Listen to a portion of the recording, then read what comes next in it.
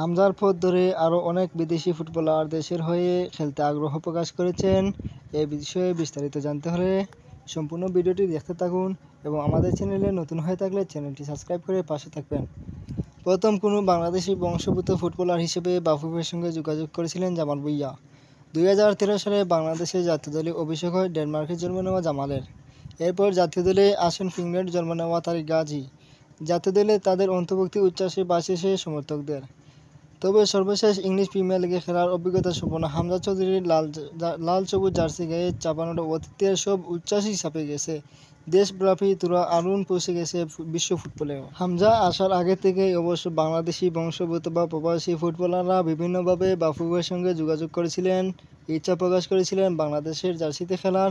গত 25শে মার্চ ভারতের শিলংয়ে এশিয়া কাপের পাশে ভারতের বিপক্ষে হামজার স্মরণীয় অভিষেকের পর এই আগ্রহ আরও বেড়ে গেছে। বাংলাদেশের হয়ে খেলতে এখন পর্যন্ত নতুন করে 13টি দেশে বসবাস করা 32 জন বাংলাদেশি বংশোদ্ভূত ফুটবলার আগ্রহ প্রকাশ করেছেন বলে কাল জানিয়েছে বাফুফের সভাপতি ফাহাদ করিম।